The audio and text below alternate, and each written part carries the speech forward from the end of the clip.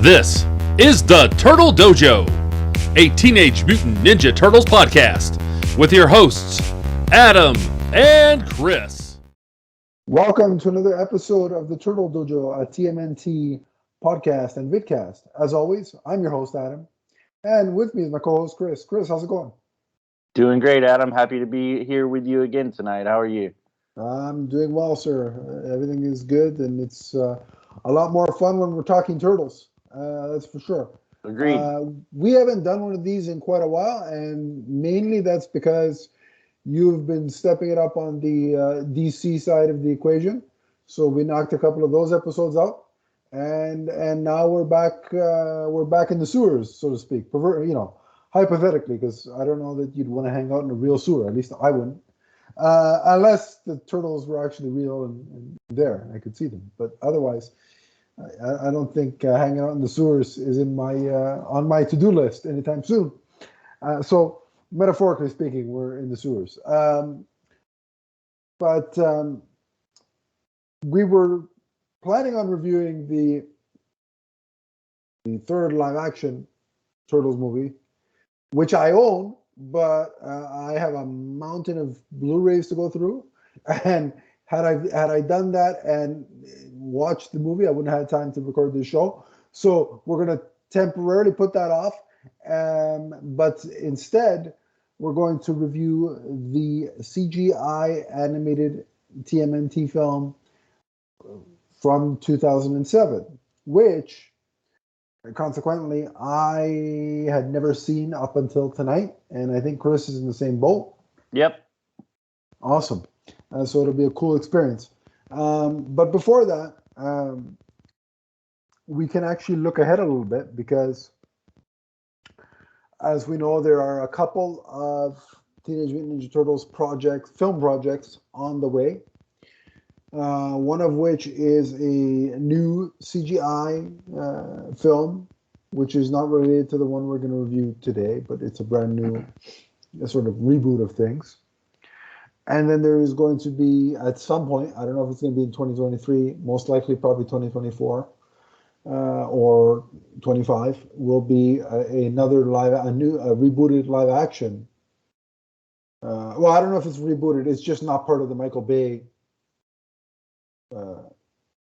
produced first two. It's not a sequel to those, but it's a new live action take as well. But the news that we have today concerns the animated reboot that's coming in 2023. So we know that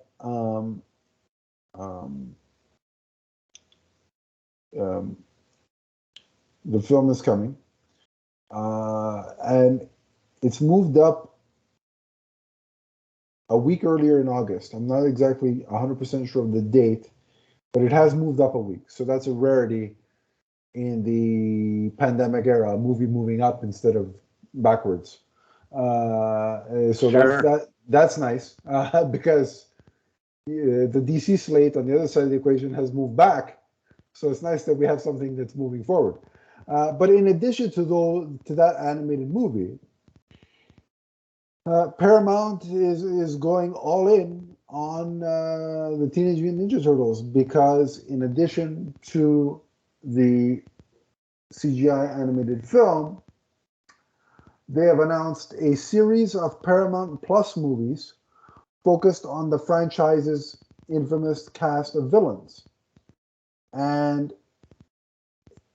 it is going to be connected to what we see in the film. There's no real confirmation on which villains we're going to see in these Paramount Plus movies. But, I mean, logically speaking, Shredder, Bebop, Rocksteady, and or Krang are all likely candidates. One would think. So yeah, what do you think of this development? Of course, these will be exclusive to Paramount Plus, these villain-centric movies. But what do you think of this announcement? I think it's an interesting way to do a series of films. If you say that each one is going to be focusing on a different villain, then I wonder if there's going to be one storyline, like through storyline that carries through all the movies, or if they're all going to be like sort of semi-contained. Yeah, I don't know how that's going to work. Whether they're going to be self-contained stories or they're going to bleed into whatever's next. Like plot threads. But all we've been told is that they connect to the movie that we're going to be seeing first in theaters. Interesting. So, look, it's a fascinating strategy. It makes a lot of sense. I mean, when you have a streaming service as a studio or as a company, it makes sense to take the most popular IP that you have and branch them out in as many ways possible. So the idea of having a film and then a corresponding exclusive Paramount Plus films that tie into that is only good business sense. Obviously, we see that with what Marvel has done on the Yeah. streaming side of things. Yeah. And we're going to have that upcoming with the Batman's streaming series that tie into the movie. Yeah. So you're right. When you have an IP like that, you can use the streaming services to supplement what you're putting out into theaters. And the beautiful thing about Teenage Mutant Ninja Turtles is it's a 4-quadrant property. Like, like you mentioned the Batman side of things. And DC's already started this with, you've had the Suicide Squad, and then Peacemaker as a series was a supplement on HBO Max. But I mean, that's very R-rated. Like your audience is targeted, and if parents are doing their job, limited, right? Whereas with the TMNT, you being a longtime fan of it will sit in front of it and watch it, and your kids can sit in front of it, watch it. And so that's the beauty of a property like Teenage Mutant Ninja Turtles, and that's why this is incredibly smart. There was a leaked image, a concept image of the Turtles from this movie. I don't know if you saw it. No, I did not. Well, unfortunately, I can't send it to you because it's been removed, and I didn't save it before Paramount came in and took it off the internet. But it's very interesting. It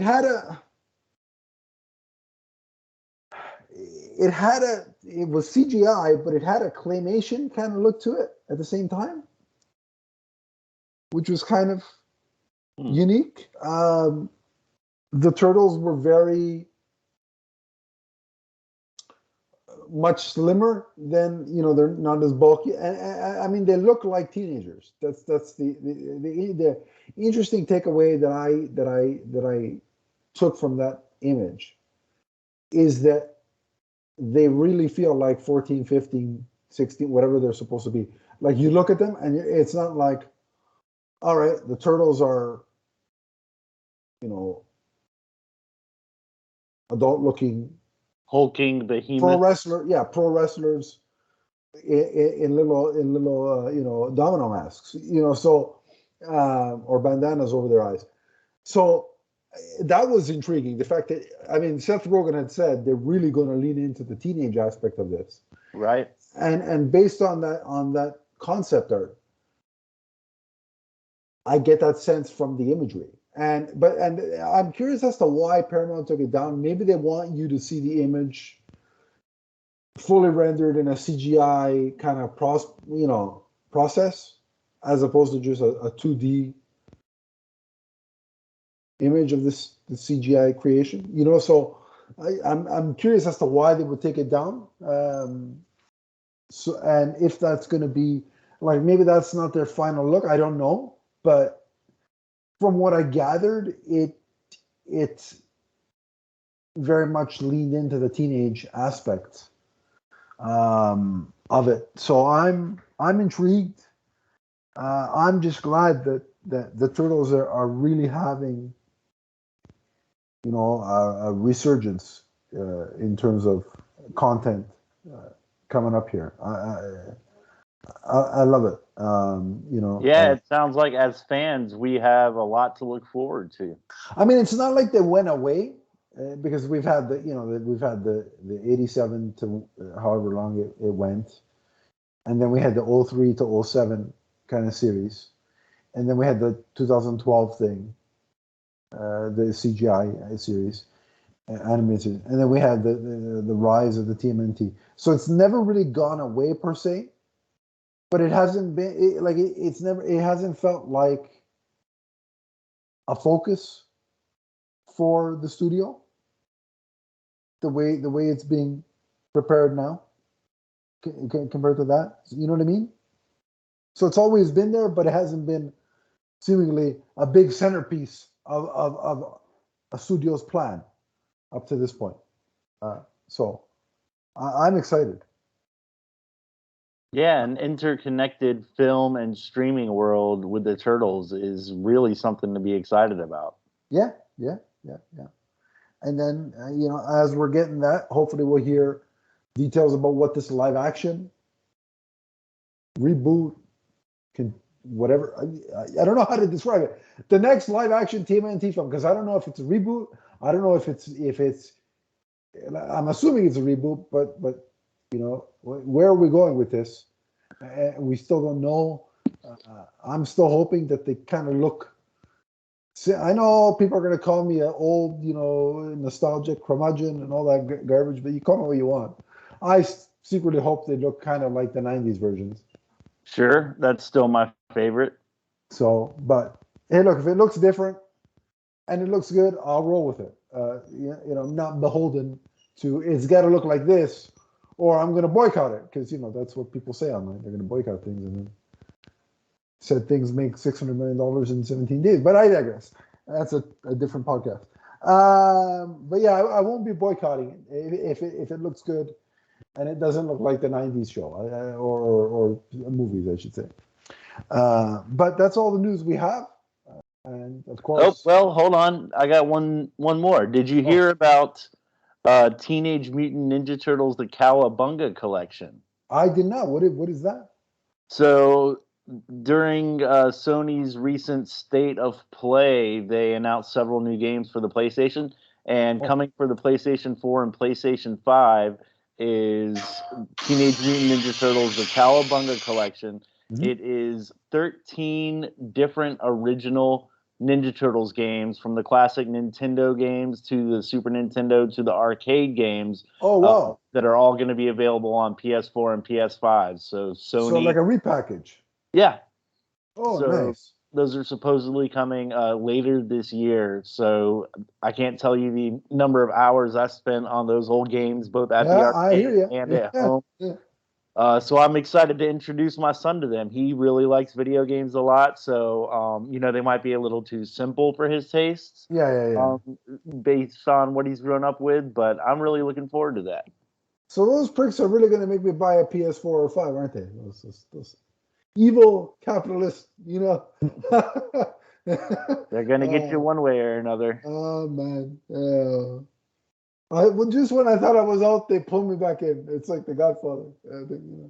But yeah, that's cool. Those games, man. When is that other one coming out? That one that's been advertised that had that cool intro that looked like that was like a trailer and it looked like a cool new cartoon, but it was for the game. I'm not sure. Because I want to get that. I don't know what system that's for, but I want to get that because that looks like a crap ton of fun. But that's something. I mean, at least that wouldn't require me, I don't think, to get a new system. I think that one's available on the Xbox. Okay. So at least which is the one I have. So at least I can get that in the meantime before I have to plunk down, $400 to $500 or whatever it is, for a new thing. But yeah, that's really cool nonetheless. I think that's bringing back those classic games. And you can fit them all on one disc because a Blu-ray disc can hold so much information compared to what an original Nintendo or Super Nintendo cartridge was. Yeah. And you can package them all together and people like me who grew up playing those games, who now have kids that enjoy those games, that's something great for us. Remember those cartridges you had to blow when they got dusty? You had to blow on them and to get to work again. Ah, the good old days. The kids watching this are like, what the hell are these idiots talking about blowing inside a cartridge? What's going on? As they pick up their phone and play their latest whatever it is. All right, now I just sound old. But anyway, so that's cool. Looking forward to that. We'll have more information on all the movies, all the games, all the comics as we have it. And we'll bring it to you. But for now, let's dive into this old but new for us movie, 2002 or 2007, sorry, TMNT CGI feature film. So, Chris, give us a little bit of a sense of what this about, what was about, who was the voice cast, all that good stuff. Well, following their defeat of the Shredder, the Turtles have disbanded, with Leonardo leaving the team to go on a quest to learn leadership. They are no longer operating as a crime-fighting team, except for Raphael, who has adopted the guise of the Night Watcher, who still sleeps all day and patrols the streets at night, keeping people safe. April and Casey Jones are an item, and April is helping a businessman known as Winters to obtain these 4 stone statues that, unbeknownst to her, are Winters' old generals from 3,000 years ago when he commanded an army. So he is seeking to rid the world of these 13 monsters that were released when the portal opened up 3,000 years ago, and in so doing, he will lose his immortality and be mortal once again. So that sounds good. The voice cast for this is quite impressive. And I'm not even talking about the Turtles. Correct me if I'm wrong, because I haven't looked up the cast list. Sure. But Captain America, Chris Evans played Casey Jones, correct? Yeah. Because every time he talked, I'm like, wait a minute, that's Captain America, damn it. Yeah. And Sarah Michelle Gellar played April O'Neil, which to me, like, I'm just gonna come on and say it. Everybody knows she's on the Hall of Fame list. I'm not going to go through all that. As much as Donnie's standing here editing this, waiting for me to click my pen, I'm not going to do it just because for one day I should have given up for Lent. But anyway, I can't do that. But yeah, Sarah Michelle Gellar plays April O'Neil. To me, she's the quintessential badass because she was Buffy and she was Tila. And now April O'Neil, I think she's cemented her status now. And then the Turtles. Who were the voices for the Turtles? Well, don't hold before we get around to the Turtles. Don't forget Patrick Stewart as Winters. Yeah. So as the Turtles, we have James Arnold Taylor as Leonardo, who people probably know from, isn't he Obi-Wan Kenobi on the Clone Wars and Rebels? Mm-hmm. Yep. So he's fairly well known. We have Mikey Kelly as Michelangelo, Nolan North, who I thought did a really good job as Raphael, and Mitchell Whitfield as Donatello. Yeah. So, a stacked voice cast. I was really impressed. They all did excellent work, as you kind of alluded to. I gotta say, Chris, for never having seen this movie, I flat out loved it. Sure. I'm like, this is fantastic. Yeah. And then when it was over, I was kind of retroactively pissed off that we didn't get a sequel. Well, I think the original plan, from what I read about the movie, was that this would be the first in a trilogy, but then Nickelodeon Studios took over the Turtles property, and that plan got scuttled. Damn it. Damn corporate mergers and buyouts and all that jazz. But no, I had a blast with this. It seemed to me that there was an allusion I mean, they left it up to the audience mind, so you could assume whatever you wanted. But the illusion, at least to me, from the animated look of the turtles to some of the stuff in Splinter's armory or whatever you want to call it, the illusion is that it's a sequel to the live action, the original '90s live action trilogy. Right. And the reason I say that is because the turtles look relatively similar to what they looked like back then. And also in his armory, in Splinter's armory, they have the Shredder helmet, which is the one from the first movie. I mean, it's clearly the same friggin' helmet. And they have the device, the lantern, the lamp, whatever it is, from the third film where they go back in time. Like that's sitting on his shelf. So, the nods are there. So whether they meant that as, look, this is a cute nod, or it's in fact a sequel, I took it as this is a sequel. I think you're supposed to infer that this takes place in the same universe. Because even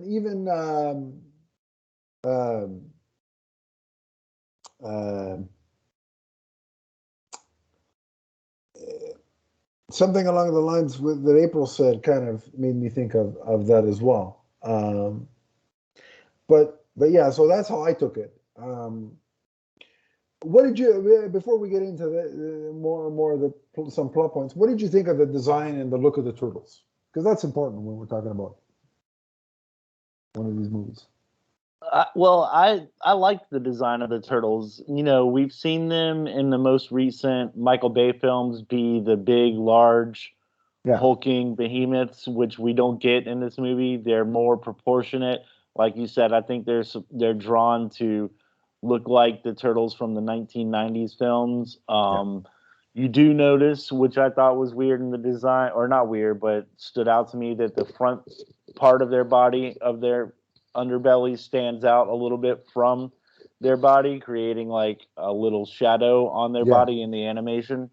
But I like the design of the turtles as well as their motion in the action scenes when they're fighting, especially in the scene between Leo and Raphael when they're fighting on the rooftops.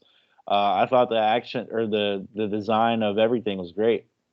Yeah, I agree. And I really like the setup that each turtle, because the idea is that sort of Leonardo's went off to sort of train to be a better leader or on his vision quest. Yeah.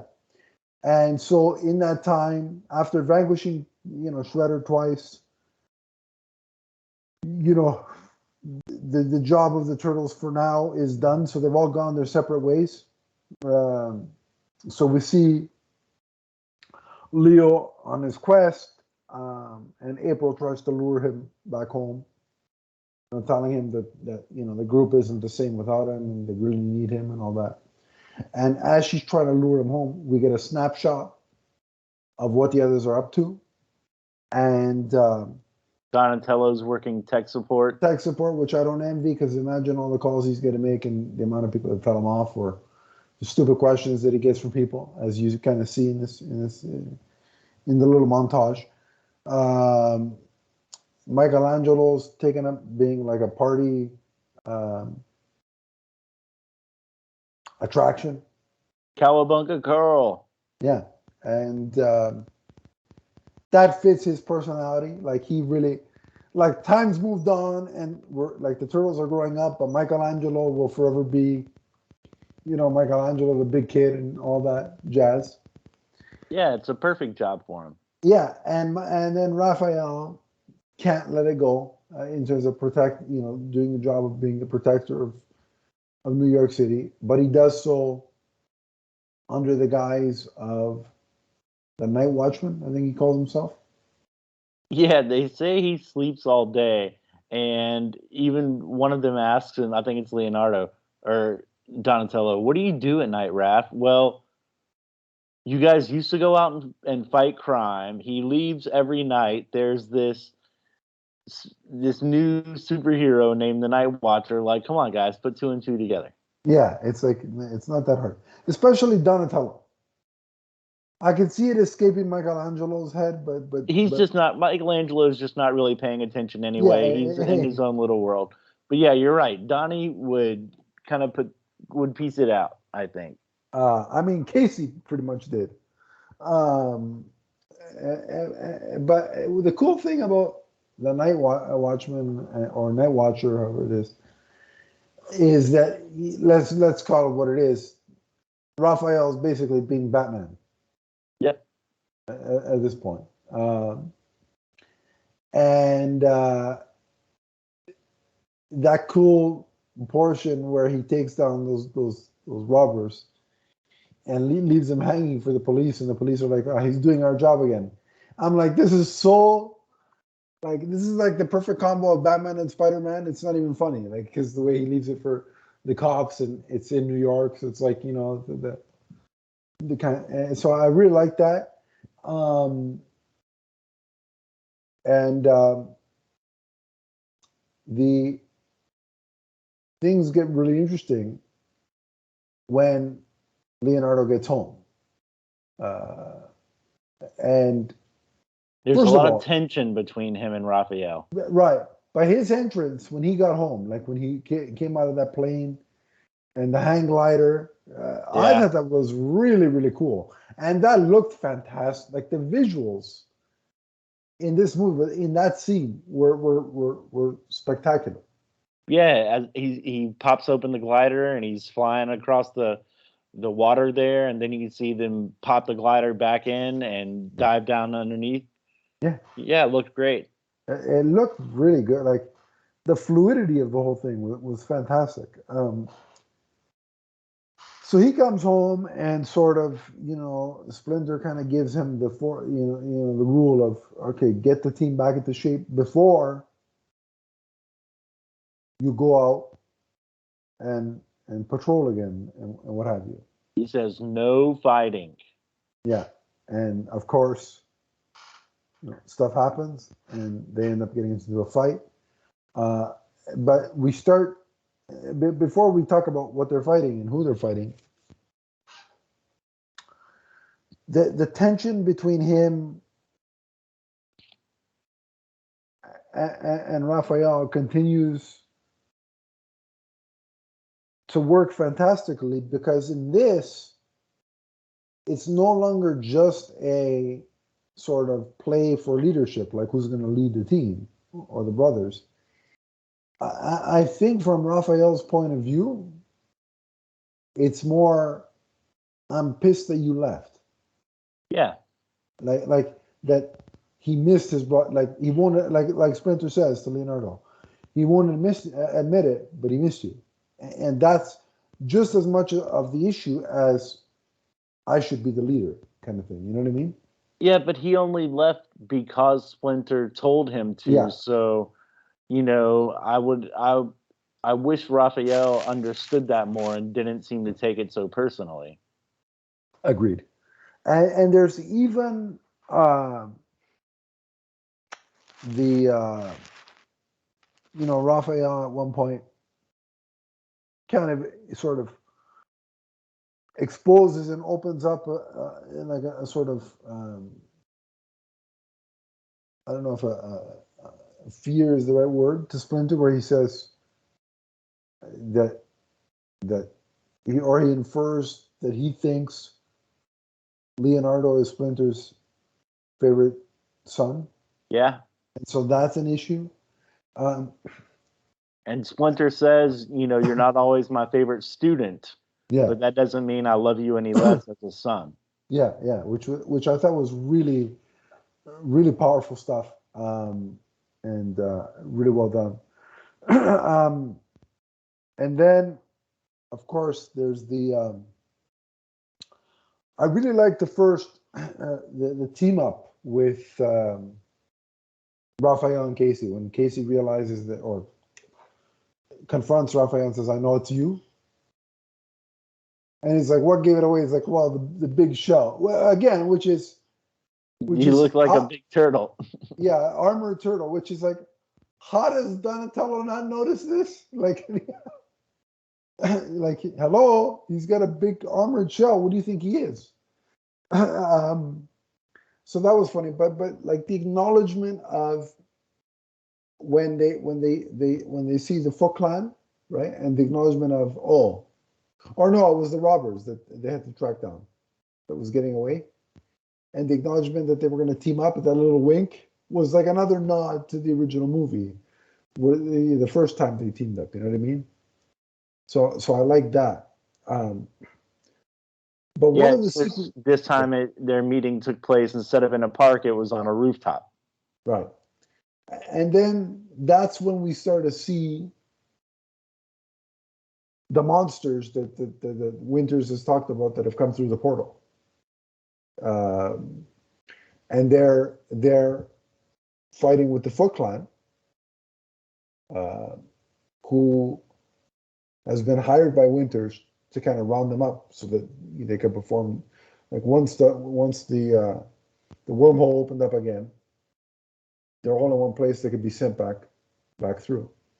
So that's why the Foot Clan is back, and they're being led by Karai, which of course, in the lore of the Ninja Turtles, is the granddaughter of Shredder.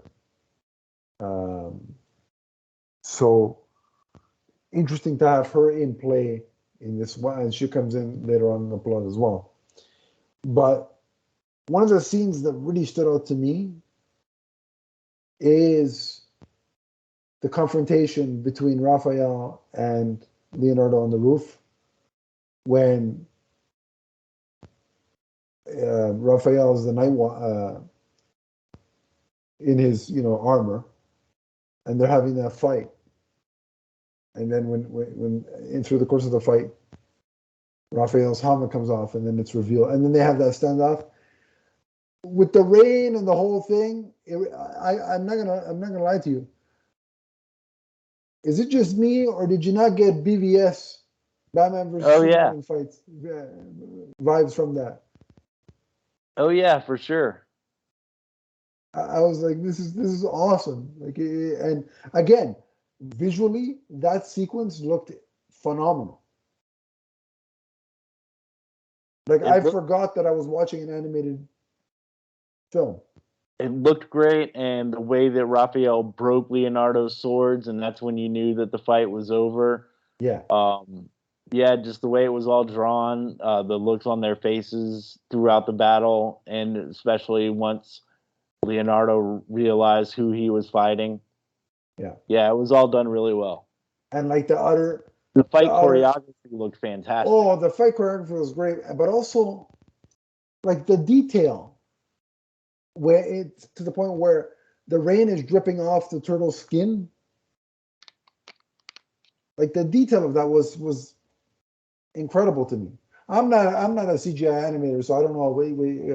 Like, I got no technical acumen into how good that is or how not good. But to me, it looked great. Yeah. And there was the point where Raphael, after he breaks the swords, like, has that epiphany. I'm not gonna lie to you, I half expected April to come in and start screaming Splinter, and then to really hit the BBS point home.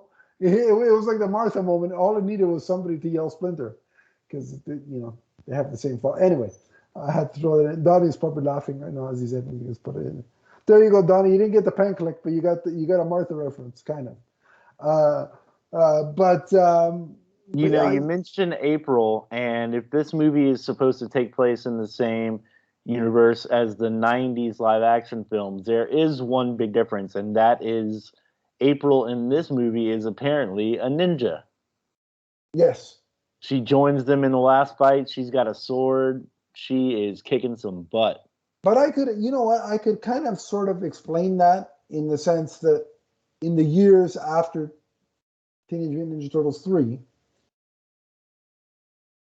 she gets to a point where I can't always be the damsel in distress anymore. Like, I have to be able to take care of myself. You think she's been training with the boys? I could probably see that as being a viable thing. Like, I could make that leap. Okay. In my head. I mean, it is a little weird, if it's supposed to be connected, but I could. Like, she's been in danger 3 times, and they had to come and rescue her. So at some point, she could be like, "All right, you know, the least I'm I gonna can have do to fight the Foot Clan again one day. I may as well be ready for it. the least I could do is take a couple classes, especially like in this case, if they go their own way, which they did at one point. So I could kind of buy it. I could make that stretch. What did you think of the revelation that? Because initially, at the beginning of the film, they kind of set up Winters as like the big villain, like they were leading you down that path. Right. When April makes the discovery of, oh, this is the classic story, that the South American story, and she pieces it together. The legend of Yotel. Yeah. So you're led to believe that he's the villain, but then there's the twist that, like you said earlier, he's just doing it to sort of end the curse, and yes, save the earth, but also release himself from this burden. So he's not. In fact, he's not the villain. It's his brothers that once they're brought back, once they're revived, they get power hungry and they turn on him. So they're the real villains of the piece. Yeah, I wasn't sure how I felt about that. In fact, we'll get around to it when we give this movie our grade and our scores, but I honestly thought that was one of the weaker parts of the movie, how it led you to believe that he was this power hungry villain who in the end turned out to really not be out for nefarious purposes. Yet the true villain was going to be these stone generals, like you said, his brothers. So I wasn't a huge fan of that. I think I would have liked it more if he had been up to more nefarious doings. Or even if it was, I would agree with that. Even if it was Karai,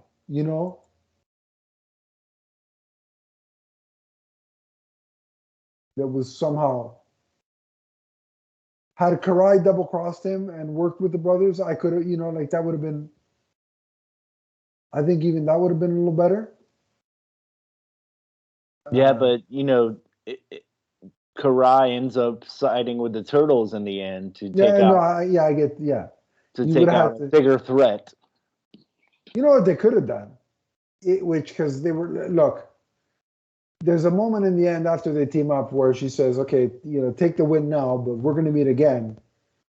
And the enemies of your past are basically going to come back to get you.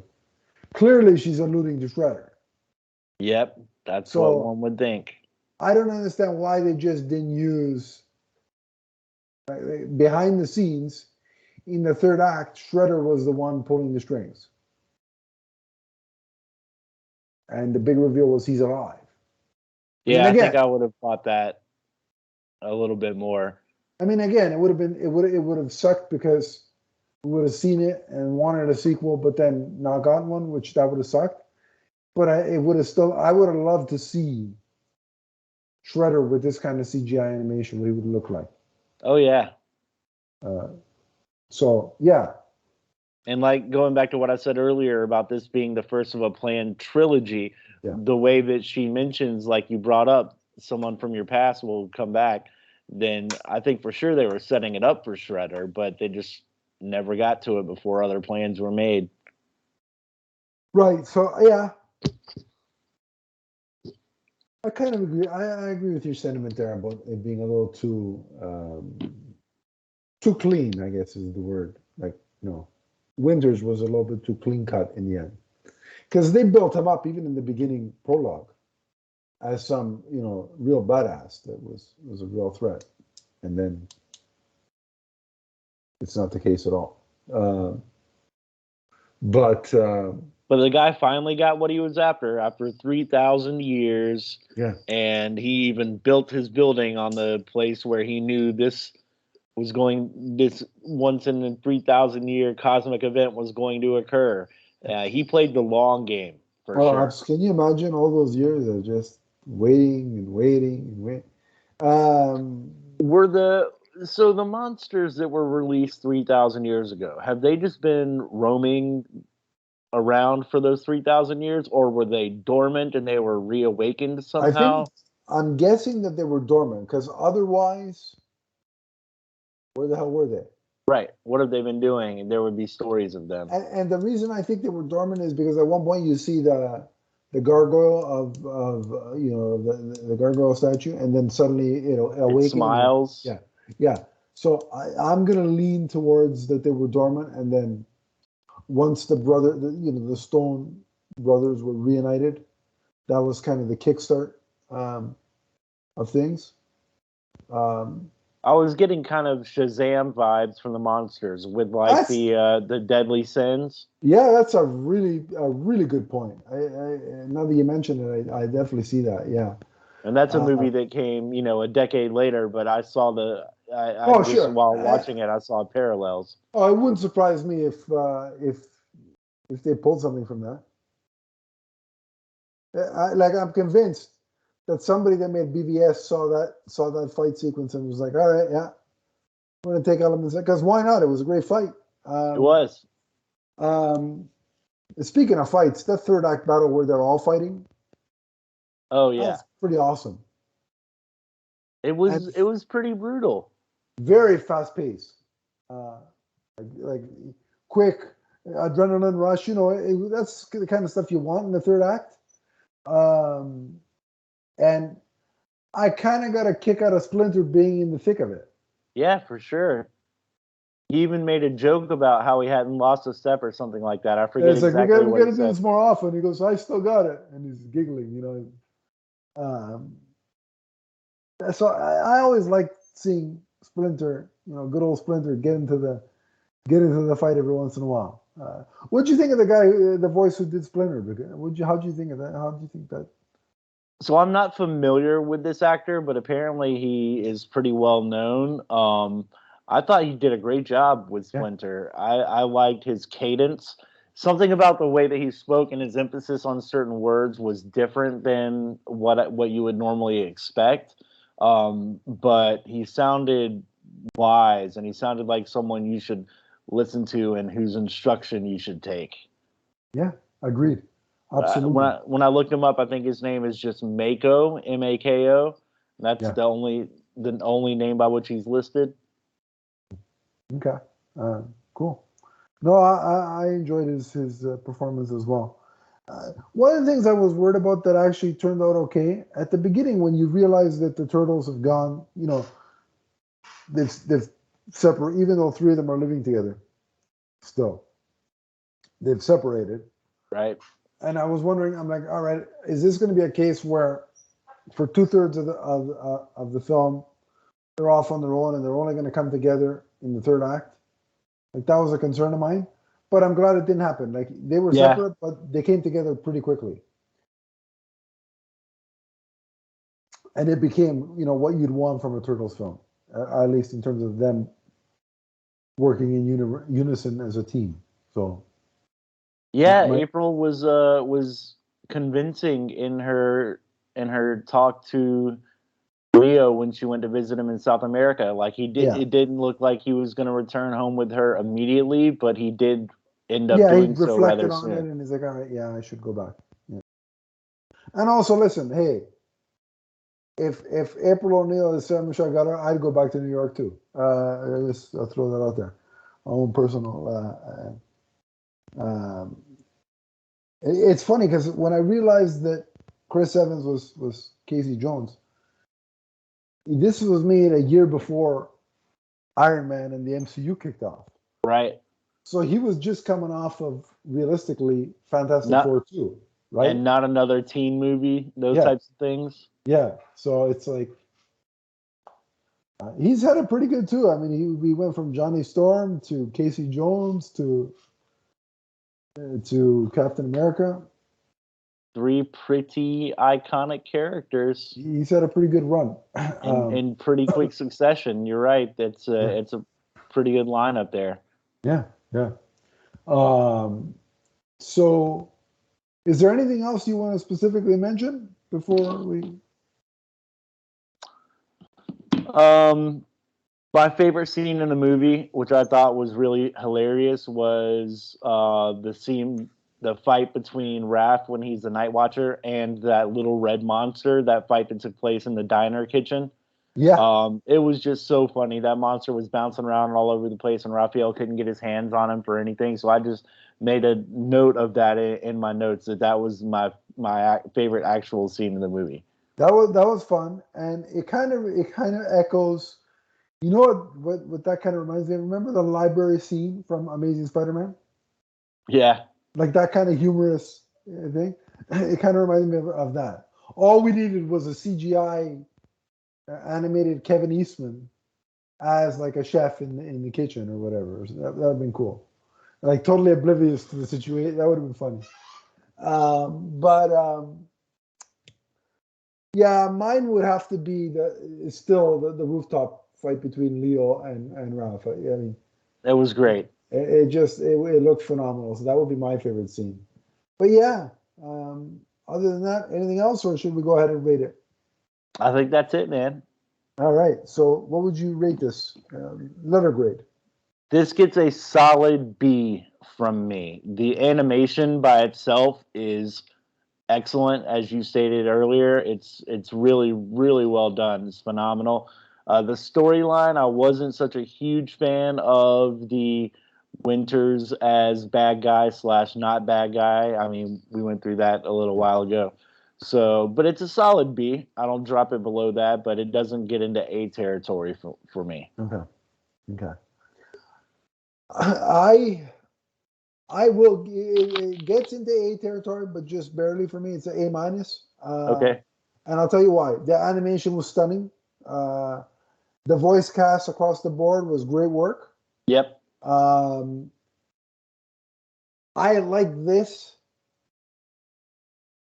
This is probably my third favorite Teenage Mutant Ninja Turtles movie, behind the two originals. And so the only issue that I really had was what you were saying, which is the villain issue, where you thought it was Winters, but then it was just the Stone Brothers, trying to usurp his, gain power. So it was kind of too easy.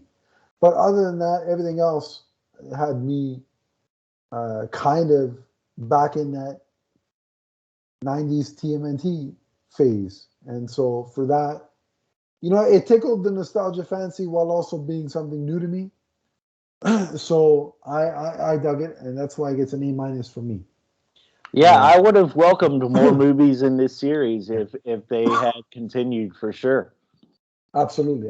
And this is one that I'll probably be watching with my son the next time he comes over to the house. So. Yeah, well, obviously, if this is the first time you saw it, I'm assuming that he hasn't seen it. Nope. So that would be something cool. That would be something cool to show him. But there you have it. We reviewed a movie, a Teenage Mutant Ninja Turtles movie that we hadn't seen before, and we will get back to. We will do TMNT 3. We will get back to the 87 animated series, and we will, of course, finish up the Last Ronin when issue 5 comes out. I propose at this stage, Chris, that we just reread all 5 at once and then review it as one whole thing. Because do you remember where we left off? Because I'm having trouble remembering where we left off. No, I'm probably going to have to do a little backtracking. Like I'm probably going to have to reread all 4 before that anyway. So I propose we just do all 5 in one shot once it comes out. Sounds great. So we will definitely do that. And much, of course, once we finish the 87 series, we'll go on to the all 3 series. And we'll keep you updated on all the movie news and all that goodness as we have it. But if you want to talk more Turtles with Chris or I, you can on social media. So Chris, where can they find you? I'm on Twitter at Chris in Harrelson, or just search for Commodore Schmidlap and I'll pop up. Or join us in the Facebook group when Adam posts about the episode, and we can chat there. Awesome. You can find me at Adam_LeesFan on Twitter. We also have a Twitter page specifically for the podcast /vidcast network. It's at MMNPDC on Twitter. We also have the Facebook page that Chris alluded to, which is somewhere in the description below. Click that. I will add you. We can continue the conversation there.